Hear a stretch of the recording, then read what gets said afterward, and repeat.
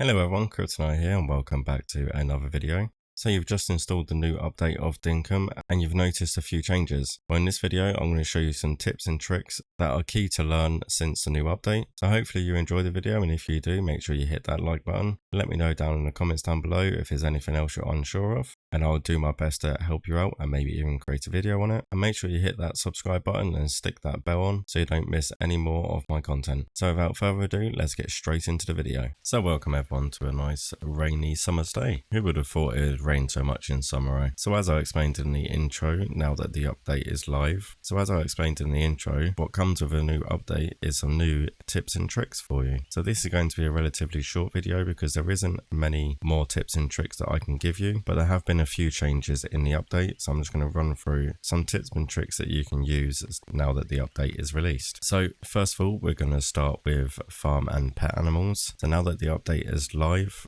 we can now rename them. If you just head on to your menu here, click on animals, you select your animal, you can click on their name and you can rename them. So this was highly requested, so the dev has kindly put that in the new update as well. Another thing that was highly requested that has now become available is the option for key bindings. That's another tip for you there. You can now select your own keybinds to suit your playstyle. So a nice little tip as well, which involves storage and organization. Obviously there isn't any option to label your chests, but now you can paint your chests. So all of them paint pots that you acquired for painting your vehicles, you can now paint barrels and chests.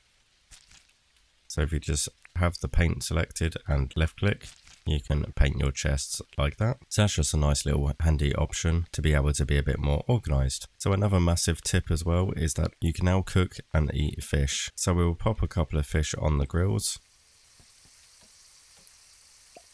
and we will wait for them to cook. Now your tuna does give you quite a few bits of cooked fish, as you can see here. So tuna is definitely, if you're lucky enough to catch them, definitely a good resource for cooked fish. I've got one more over here. Well, I've got a couple more over here, so we'll pop them in the grill. And then I will explain something else to you. So as you can see, these two types of fish are slightly different colours, and that's because you've got saltwater fish and you've also got freshwater fish. So obviously, depending on the size of fish, depends on how much cooked fish it yields as well. But there is another difference, and that is the saltwater fish gives you 10 health, 15 energy, and an attack bonus. And the freshwater fish only gives you 5 health, 10 energy, and a 3-minute defense bonus. But depending on what fish, depending on how much it yields and what bonuses you get from it. So another tip that's been brought in the latest update as well, Sally can now request to be a permanent resident in your town. Now to get her to be a permanent resident and to get the deed, it is a bit more difficult than the rest of the NPCs. I'm not sure exactly how much money you have to spend. I basically got a haircut about 4 times, so that equals about 20,000 dinks. But the most difficult part, well not so much difficult but time consuming, is that she requires 3 hearts to wish to stay in your town. So it's definitely a bit more of a grind, but still easily doable. Another change that was made in the update and is definitely worth a tip is that your wildflowers and also your mushrooms as well, you can no longer just pick up like you used to be able to. You have to have an axe or a scythe to harvest them.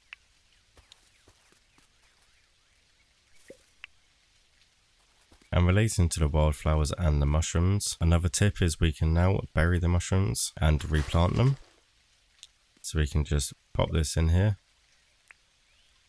put the dirt back on, and as you see, they have replanted. So this is a nice little addition and will invite people to do some more aesthetically pleasing builds. So I'm definitely excited to see what I can do with this one. I have got kind of a little plan what to do with these glowing mushrooms, so maybe you'll see a future video on that. Now another massive tip and a change that's been made in the update is that there is now an easier way to farm grass seeds. Basically what you need to do is you need to use the sprinklers. So if you just place your grass as you would like this and just have your sprinklers, once you sleep for a day or two, it will all be full of grass, and you can either use a scythe or use a lawnmower and you can harvest all the grass seeds. As you can see here, I've recently just mowed this grass patch here. So it's not massive, but it's pretty big.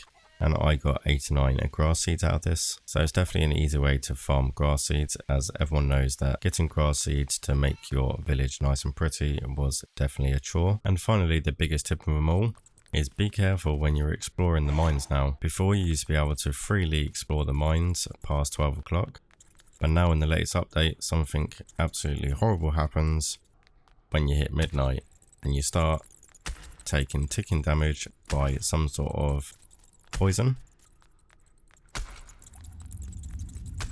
It does make the experience in the mines a little bit more challenging past midnight. So in regard to this, the biggest tip for you is just to make sure you have plenty of food when you are exploring the mines, as you can see, it can be quite dangerous now.